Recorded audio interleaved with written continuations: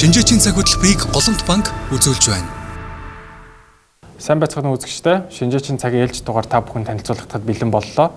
Энэ удаагийн дугаараар бид Монгол улсын зээлийн тухай ойлголт болон тэтгэврийн зээлийн шинжилтийн талаарх танилцуулгыг эдийн засагч цацрал хөрөнгө оруулалтын менежер Үнэхүү танилцуулах болно. За тэгээд юун түрүүнд хамгийн эхлээд зээл гэж юу нэг юу юм гэсэн тухай тодорхойлолтын төлөө авч үзье те.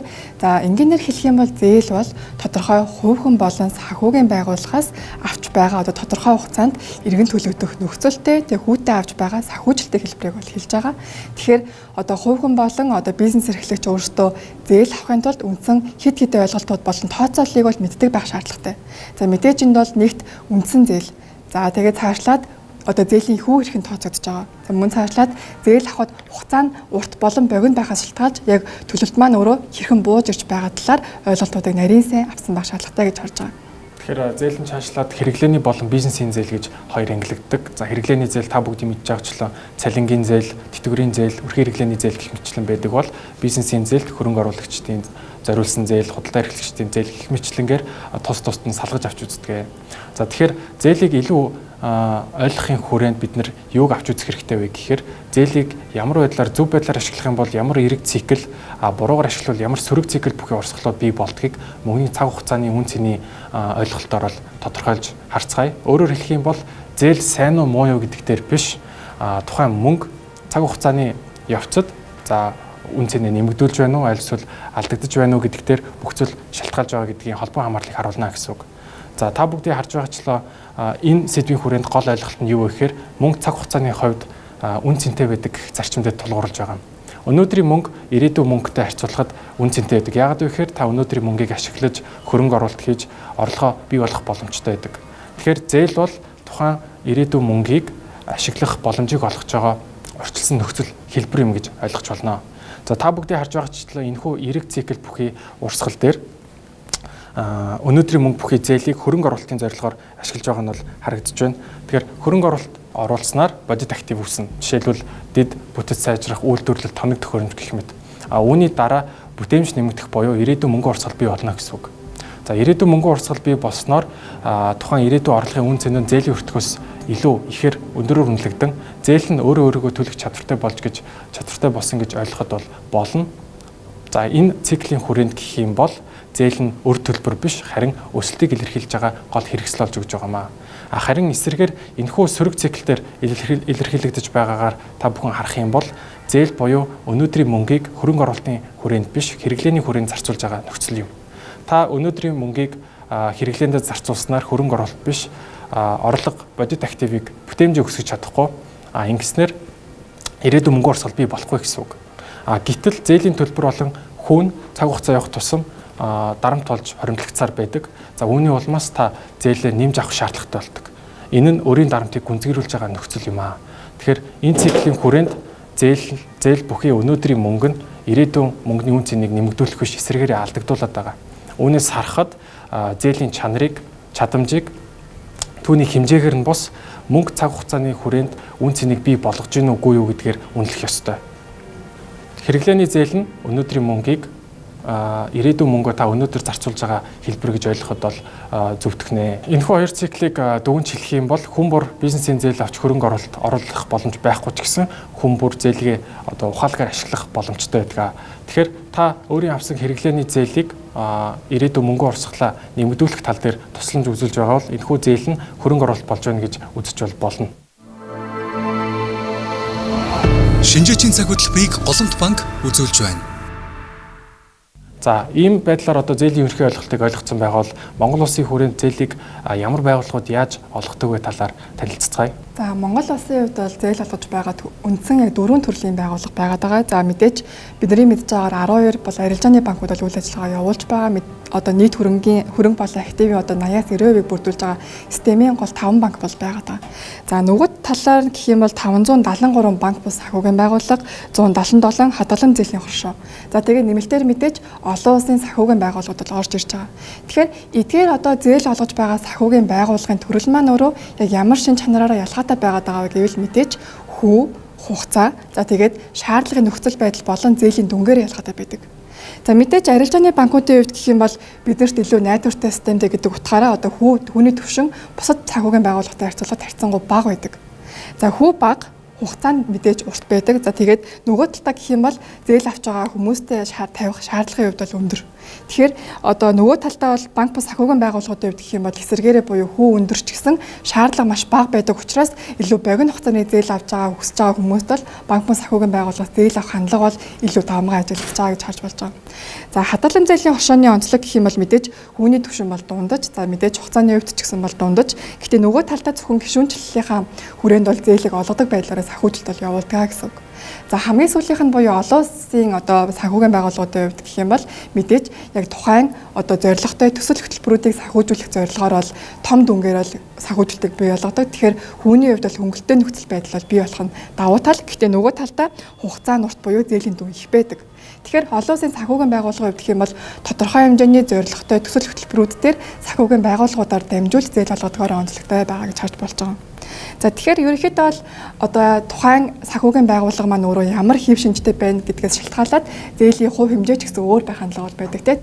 За та бүгдийн дараагийн харах график дээр болохоор бодлогын хүү, зээлийн хүү, хадгаламжийн хүү хоорондын уялдаа болон тэдгээрийн макро эдийн засгийн дамжуулалтын механизмыг бол тодорхой харж болж байна.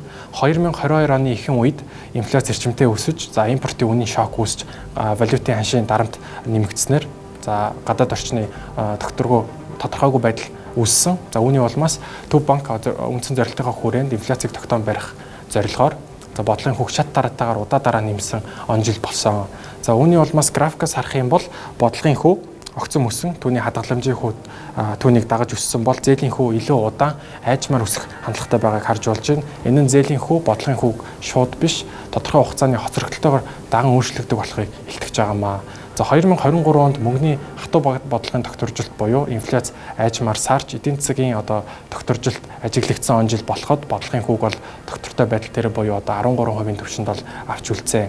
За тэгэхээр энэ үед харахад үүний улмаас одоо 13% түвшинд үлдэхэд хадгаламжийн хүү мөн адил өндөр түвшин дээр хадгалагдсан үлдсэн бол зээлийн хүү өөрийн одоо 2023 оны түвшин наалтцтай үлдсэн гэж хэлж болно. Өндөр түвшинд гэсэн үг өөрчлөлтгүйгээр. За 2024 онд эдийн засгийн одоо таатай орчин бий болсноор инфляц буурч, за валютын ханшийн дарамт сулран, гадаад валютын албан нөөц сайжирч инфляцийн хүлээлт бол тогтвортой болсон. За ингэснээр эдгээр макро нөхцөл байдал нь Төв банкнд бодлогын хүүг бууруулах орон зайг бий болгож байгаамаа. Гэхдээ нэг зүйлийг харах юм бол хэдийгээр бодлогын хүү буурсан ч гэсэн зээлийн хүү харьцангуй өндөр байгаа нь юунаас болж байгаа гэх юм бол за нэгт энэ нь банкны салбарын их усрын бүтцийн онцлог, хоёрт өмнөх үеүүдэд авсан өндөр өртөгтэй татсан тухайн их усруудын нөлөөлөл бүрэн арилаагүй байгаатай холбоотой гэж хэлж болно. За 2025 онд бодлогын хүү бол харьцангуй тогтвортой байснаар хадгаламжийн хүү бодлогын хүүний түвшинд ойртож ирсэн бол зээлийн хүү нь энэ хоёр таан үзүүлэлттэй харьцуулахад 480 суур нэгж буюу 4.8% зөрүүтэй байгаа. За уг зөрүү нь за мэдээж зээлийн эрсдэл, банкны үйл ажиллагааны зардал, салбарын бүтц онцлог, за мөн урт хугацаанд шингэсэн инфляцийн хүлээлтийг тусгасан явдал гэж хэлж болно. За энэ графикаас дүгнэхэд юу гэж хэлж болох вэ гэх юм бол зээлийн хүүний өндөр ба нам байгаа байдал нь тухайн макро эдийн засгийн тусгал гэж бол ойлгох ёстой болчихж байгаа. Шинжээчийн цаг хөтөлбөрийг Голомт банк үзүүлж байна. Тэгэхээр мэдээж ритийн ойлголтоор бол бодлогын хүү өөрчлөгдөхөд ер нь зээл болон хадгаламжийн хүү эсвэл буурах юм бол дагаж буурах, өсөх юм бол дагаж өсөх гэсэн хандлагатай одоо байна гэсэн хүлээлт бол нийгэмд байдаг тийм. Тэгэхээр яагаад яг тухайн зээлийн хүү яг одоо тэр бодлогын хүүг дагаж буурахгүй байдаг вэ гэдэг нь өөртөө тухайн байгууллагуудын бас одоо шин чанаас шалтгаалж байгааг хэлж болж байгаа. За арилжааны банкны хувьд бол аваад үзэх юм бол за ерөнхийдөө бол нөгөө нэг банкны зээлийн хүү маань гэдэг нь тогтож байгаа нь өөрөө цаана ардталтаа их усрын өртөөнөөс бол одоо хамааралтай байдаг гэсэн үг. Тэгэхээр банк өөрөө харилцагчдад зээл олгохын тулд одоо өөрсдийн гэсэн их усрыг бий болгодог. Тэгэхээр тухайн их уср хаанаас бий болж байгаа юм гэхээр нэгт иргэд аж ахуй нэгжийн хадгаламж яригдана. За хоёрт мөн дотоод болон гадаад зах зээлээс татж байгаа өртөг яригдж байгаа. За гуравт мөн цаашлаад Монгол банкнаас татж байгаа одоо их уср татах байдлаар ингээд одоо олон сувгаар их усрыг бий болгох одоо хандлагатай байдаг. Тэгэхээр тухайн татж байгаа их уср болгон тодорхой хэмжээний өөрөөр хүүний түвшин яригддаг. Тэгэхээр банк өөрөө одоо тухайн эрсдлүүдийг хариуцаа, за үйл ажиллагааны эрсдлээ бодоод, харилцагчдын зээлийн эрсдлийг бодоод, за тэгээ нэмэлтээр мөн цаашлаад тодорхой хэмжээний ашигыг тооцсны үр дүн дээр одоо зээлийн хүүний түвшин одоо тогтдог байх на гэж хэлж болж байгаа. Тэгэхээр одоогийн байдлаар зээлийн хүний түвшин нэг 16.3% байна гэж бол харж болж байна. За тэгээ нөгөө талаасаа гэх юм бол одоо макро эдийн засгийн хувьд ч гэсэн инфляцийн түвшин өндөр байх тусам бодлогын хөв өндөр тогтдог. Тэгэхээр инфляцийн түвшин өндөр байна гэдэг маань өөрөө худалдаа авах чадварын индекс ер нь бол муудаж байгааг илэрхийлдэг. Тэгэхээр нөгөө талдаа санхүүжилтийн өртөө нэмэгдэж байна гэснээр зээлийн хүний дарамт өсдөг гэсэн ийм одоо эдийн засгийн цикл явдаг гэж харж болж байгаа.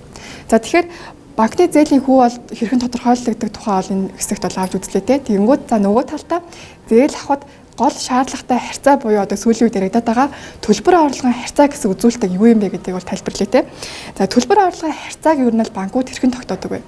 За одоо тэтгэврийн зээл дээр жишээ нь гэхэд бол банк болгон ялгаатай байна те 50%, 70%, 80% гихчлэн. Тэгэхээр төлбөр орлогын харьцаа гэдэг бол энгийнээр тайлбарлах юм бол за би 1 саяын орлоготой одоо хүн байлаа гэж бодё. Дундаж 1 сарын цалин одоо цар болгон авдаг. За тэгвэл төлбөр орлогын харьцаагаа зээл авахд 50%-аас дээш болгож болохгүй гэсэн одоо шаардлага надад банк тавилаа. За тэгвэл би 50% гэх юм бол миний сар төлөх нийт зээлийн хэмжээ 500 мянган төгрөгөөс дээш ихтэрч болохгүй гэсэн агуулгатай. Тэгэхээр нэг талдаа би 500 мянгаыг бүтэн зээлэндээ зарцуулж байгаа бол ард үлдэж байгаа мөнгөний хувьд 500 мянга надад гарт үлдэж байгаа гэсэн. Тэгэхээр нөгөө талдаа хүн өөрөө хэрэглээндээ зарцуулах мөнгийг нь заавал гарт нь үлдэнэ гэсэн санаа өөрөө төлбөрийн орлогын харьцаа үзүүлэлтэн дээр одоо хувь хүн дээр тавигддаг гол шаардлагуудын нэг гэж хэлж болно гэсэн үг. За тэгэхээр зээл авахд бол бид нэр шаардлагыг нь ойлгох шаардлагатай байх нь хүү хэрхэн тогтдгийг нь ойлгох хэрэгтэй гэсэн юм үзүүлэлтүүдийг бол одоо саяны ойлголтоор тайлбарлалаа тийм. За тэгвэл цаашлаад 2025 оны банкны зээлийн статистик ер нь хэрхэн тогтсож байгаа вэ? За тэгэхээр банкны статистик өнцгөөс харах юм бол за нийт салбарын нийт зээлийн үлдэгдэл бол 4 жилийн хугацаа буюу 2021 оноос 2025 оны хооронд харахад өсөлт бол дунджаар 30% та буюу за 21 оны байдлаар 21.3% байсан бол 25 онд энэ 19% хэмжээ хүртэл өссөн. Гэхдээ энэ өсөлтийн хувь хэмжээ 2024 онд 35.5 байснаас буурсан үзүүлэлт нь яагаад вэ гэхээр миний түрүүн та бүгдэд тайлбарлаж ирсэн макро эдийн засгийн орчин нөхцөл байдлаас болж байгаамаа. Тэгээ банкны салбарын нийт зээлийн үлдэгдэл 2025 оны жилийн эцсээр буюу 12 сарын байдлаар харагдахад 43.8 их наяттай байгаа гэж хэлж болно. За тэгвэл энэхүү нийт зээл эзлэх хэрэглээний зээлийн хувь хэмжээ яг ямар байгаа вэ? За 43.8 их найт төгрөгтэй нийт банкны нийт зээлийн үлдэгдэл бол тэнцэж байна. Тэгэхээр үүний одоо зээлийн үлдэгдлийг ерөөхдөө англиад харах юм бол салбарын эдийн засгийн салбарын өнцгөөс гэх юм бол уулуурхайн салбар болон хөдөө аж ахуйн салбарын зээлийн үлдэгдэл дээлийн хувьд байдаг. За нөгөө талд бол үндсэн хэрэглээ бол хэрэглээний зээл. За хэрэглээний зээлийн хувьд аваад үзэх юм бол ерөөхдөө нэг 13 орчим их найт төгрөгтэй бол тэнцэж байгаа. Тэгэхээр нийт зээлийн үлдэгдэлд одоо хэрэглээний зээлд юу орж байгаа вэ гэхээр цалингийн зээл, тэтгэврийн зээл болон картын зээл, автомашины зээл болон үрхийн хэрэглээний зээлүүд багтдаг. За тэгэхээр хамгийн өндөр дүнтэй хэрэглээний зээлийн хувь гэх юм бол цалингийн зээл буюу нийт зээлийн 15.3%-ийг бүрдүүлж байгаа. За удаахан гэх юм бол тэтгэврийн зээл буюу сүүлийн үед хамгийн эрчимтэй өсөж байгаа тэтгэврийн зээл бол 5.9%-ийн өсөлттэй байгаа үр зурагтай байна гэж харж байгаа. Шинжээчийн цаг хөтөлбөрийг Голомт банк үзүүлж байна. Тэгвэл нийт зээлийн одоо жилийн дундаж хугацааны талаар авч үзцгээе. За тэгвэл иргэдэд олгосон нийт зээл, за хувийн байгууллагад олгосон, улсын байгууллага болон бусад байгууллагад олгосон нийт зээлийн жилийн дундаж хугацааг авч үзэх юм бол за дунджаар 1-ээс 4 жилийн хооронд буюу за иргэдийн зээл бол ялангуяа 4 жилийн хугацаатай бол олгогддсон байна. За энэ дотроо иргэдэд олгосон нийт зээлийн жилийн дундаж хугацааг задлж үзэх юм бол цалингийн зээл бол 2025 оны байдлаар 2.3, тэтгэврийн зээл 2.1, малчны зээл 2.4, хадгаламж барьцаалсан зээл 0.6 жилийн хугацаатай бол харагдаж байна. Тэгэхээр эндээс юу гэж дүгнж болох вэ гэх юм бол нийт зээл нь урт хугацаанд гэхээс илүү одоо 1-ээс 5 жилийн хугацаанд буюу тоон дүнгээр авч үзэх юм бол 58% нь 1-ээс 5 жилийн хугацаанд богино хугацааны зээл авах хандлага өндөр ажиллагдаж байна гэж хэлж болох нэ. За цаашлаад 2026 онд бий болсон тэтгэврийн зээлийн тухай хэдүүлээд илрэнгүй нарийн статистик үзүүлэлтийг нь авч үзье те. За 2025 оны байдлаар өндөр насны тэтгэврийн авагчдын тоо бол 419 мянган хүмүүстэй хүрсэн байгаа. Тэгэхээр сүүлийн 10 жилийн хугацаанд гэх юм бол одоо тэтгэврийн авагч насны ахмадуудын тоо бол жилд 5%-аар бол өсөх одоо үзүүлэлттэй байгаа. Тэгэхээр энэ дүү маань гэсэн эх жилүүдэд ч гэсэн тэтгэврийн авч байгаа хүмүүсийн тоо нэмэгдэх хандлагатай байгаа. За тэгэхээр тэтгэврийн авагчдын тоо нэмэгдэж байгаа гэдг нь ямар одоо утгатай вэ гэхээр Тэгэхээр нөгөө талдаа нэмийн даатгалын сангаас олгож байгаа тэтгэврийн зарцуулалт буюу хэмжээ бол өсөн нэмэгдэх бол хандлага байгаа. За 2016 онд гэхэд л 976 тэрбум төгрөгийг зарцуулдаг байсан бол 2025 онд гэхэд бол 4.3 их найдыг ер нь л зөвхөн тэтгэврт зарцуулсан байгаа. Тэгэхээр энэ дүү маань ч гэсэн 2026 онд 5 их найд болж нэмэгдэх хандлагатай байгаа. Тэгэхээр манай одоо Монгол улсын тэтгэврийн системийн хувьд гэх юм бол тийм мэдээж татврын одоо орлогын хувьас одоо тэтгэвэр жил болгоёг нь тэтгэвртэй хуваалцах байдлаар бол зарцуулалт нь хийхдээ явагддаг. Тэгэхээр нөгөө талдаа энэ маань ямар эрсдлийг бий болгож байгаа вэ гэхээр нэмийн даатгалын сан дээр маш олон одоо алдагдлууд бол бий болгох эрсдэл бол бий болдог гэж харж байгаа. За тэгэхээр цаашлаад тэтгэврийн зээлийн тухай одоо 2026 буюу одоо 25 оны жилийн сүүл эцсээр хараад гарсан өөрчлөлтүүдийг харж үзцгээе. За тэтгэврийн зээлийн нийт үлдэгдэл бол сүүлийн 5 жил буюу 2025-аас 20 оны хоорондох датаг харж байхад огцон өсөлтийг бол илэрхийлсэн байгаа. Жишээлбэл 2020 онд 48 тэрбум байсан бол 2025 оны байдлаар 2.5 тэрбум болтлоо өсөлтийг үзүүлсэн байна. За тэгвэл энэхүү өсөлтийг жил болгоны өсөлтийн түвшинтэй надад харахад за 2022-2023 онуудад 480% хүртэлх өсөлтийг үзүүлсэн бол жилийн эцсийн байдлаар буюу 2025 оны өсөлтийг 2024 онтой харьцуулахад 58%-ийг илэрхийлж харуулсан байна. За энэ юунаас холбоотой вэ гэх юм бол тухайн үед та бүгд мэдж байгаачлан зээлийн хүү бол өндөр тогтсож байсан. За 2025 оны байдал нь 17.7% хүүтэй бол эцэслэгдсэн байгаа 12 сарын байдлаар. Тэгэхээр энэ дэр юу хэлж болох вэ гэх юм бол за тэтгэврийн зээлийн идэвхжлтийг хүү ганцаар бол тодорхойлдог юм байна. Тэтгэврийн зээлийг хэрэглээний бусад зээлтэй харьцуулахад ялгаатай тал нь юу гэх юм бол тогтмол орлоготой. За судалгын механизмаар төлөлтийг бол автгийнхаа хувьд, банкны хувьд эрсдэл багатай сегмент гэж хэлж болдог. Тэгэхээр зээлийн хүү өндөр, эрсдэл өндөр байх үед аль болох банкуд зээл одоо эрсдэл багатай сегмент рүүгээ зээлийн одоо гаргалтаа хадгалах, за тэр бүхэл нэмэгдүүлэх хандлагатай байдаг гэдгийг бол хэлэх нь зүйтэй. За хоёрдугаарт уг өсөлтийг дэмжиж байгаа орчин нөхцөл байдал юу гэх юм бол за сүүлийн жилүүдэд тохиогоод байгаа Монгол банкны зохицуулалт журмын өөрчлөлтүүд бүгд орж байгаа юм аа.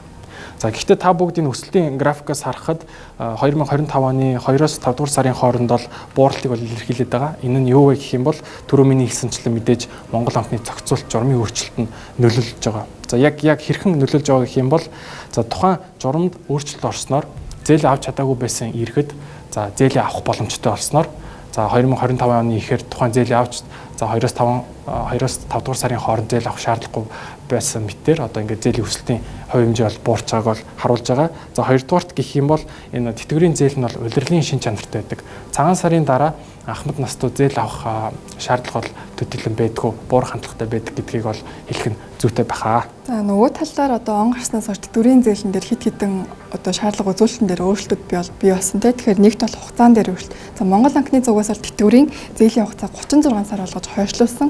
За нөгөө талаасаа ер нь банк бүр зээлийн хүү болон одоо төлбөр орлогын харьцааг бол өөрсдийнхөө шаардлагад нийцүүлэн өөрчилсөн дүр зурагтай байгаа. Тэгэхээр яг ерөнхийдөө бол үндсэн 3 банкаар бол жишээ авч үзье те. Тэгэхээр голланд банкны хувьд гэх юм бол мэдээж жилийн зээлийн хүү тухайн зээлийн одоо хугацаа хэр байхаас шалтгаалаад 15.6-аас 16.2% хүүтэй байгаа. За харин төлбөр орлогын харьцааны хувьд бол 50% одоо заг тавьсан байгаа. За нөгөө талд хаан банк бол мэдээж зээлийн хүү бага зэрэг өндөр буюу 15.6-аас 17.4%, гэхдээ төлбөрийн орлогын харьцаа 70%. За худалдаа хөгжлийн банкны хувьд гэх юм бол 16.8-аас 18% хүртэл жилийн зээлийн хүү яригдж байгаа бол одоо харьцааны хувьд гэх юм бол 80% бол тогтсон байгаа. Эдгээр ерөнхийдөө өөрчлөлтүүд маань өөр төлбөрийн орлогын харьцаа өндөр байх тусам зээлийн хүү бага зэрэг өндөр байлгахаар бол тогтсон байгааг илэрхийлж болж байгаа. За тэгвэл хэдүүлээ одоо сарын дундаж тэтгэврийн хэмжээг авж байгаа одоо дундаж тэтгэврийн хэмжээтэй хүн ер нь ямархуу зарцуулалтаар зээлийн графикнд гарч ирж байгаа гэдэг одоо жишээг бол авч үзье те. За 2026 оны сарын дундаж тэтгэврийн хэмжээ бол 80,000 төгрөгөөр нэмэгдэж 928,000 төгрөгтэй тэнцсэн байгаа.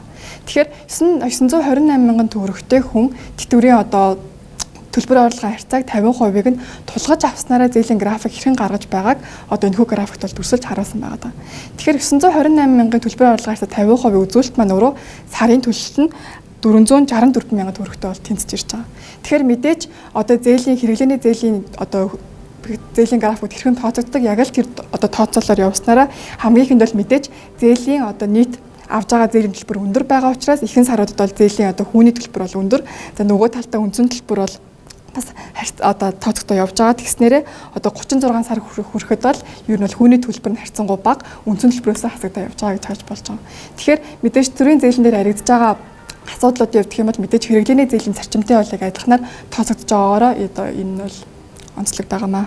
Тэгвэл олон улсын хүрээнд тэтгэврийн зээл, тэтгэвртэй холбоотой ямар асуудал яригддаг гэх юм бол энэ нь тэтгэврийн сангийн тогтолцоотой холбоотой гэсэн үг. За жишээлбэл тэтгэврийн сангийн тогтолцоог олон улсад хоёр хэлбэрээр буюу явцын болох pay as you go, хоримтлын гэсэн санхүүжилтийн загваруудад хувааж ойлгодог. Явцын тогтолцоо буюу pay as you go энэхүү тогтолцоонд өнөөдрийн ажилчдад шимтгэлээрээ өнөөдрийн тэтгэвэр авагчдыг санхүүжилдэг болохоор хувь хүн өөртөө тэрхүү бодит хоримтлал үүсгэдэг. Харин тэтгэврийн орлого нь хүн амын бүтээц төсвийн боломж болцоодоор долдууддаг гэж хэлж болно. Тэгэхээр өнөөдөр ер нь Монголын байгаа байдал гэсэн үг. Дийлэнхдээ тэтгэврийн санхүүжилтийг нийгмийн даатгалын сангаас бол авч хэрэгжүүлдэгтэй агаар нэг гэж хэлж болно. Харин хуримтлалын аргаар буюу тогтолцоонд энэхүү тогтолцоонд суурилж тэтгэврийн санхүүжилтийг хийдэг улс орнуудын хүрээнд хувь хүн өөрийнхөө бодит хоримтлалыг үүсгэж тэтгэврт гарах үедээ нийгмийн даатгалын сан гэх мэтчлэн улсын төсвөөс тусалцаа авах шаардлагагүйгээр санхүүждэг гэж хэлж болно.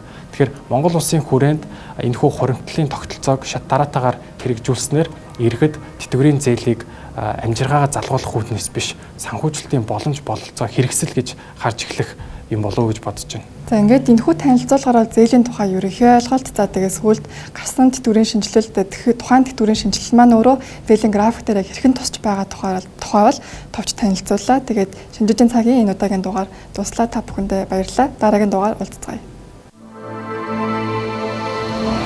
Шинжээчийн цаг хөтөлбөрийг Голомт банк үзүүлж байна.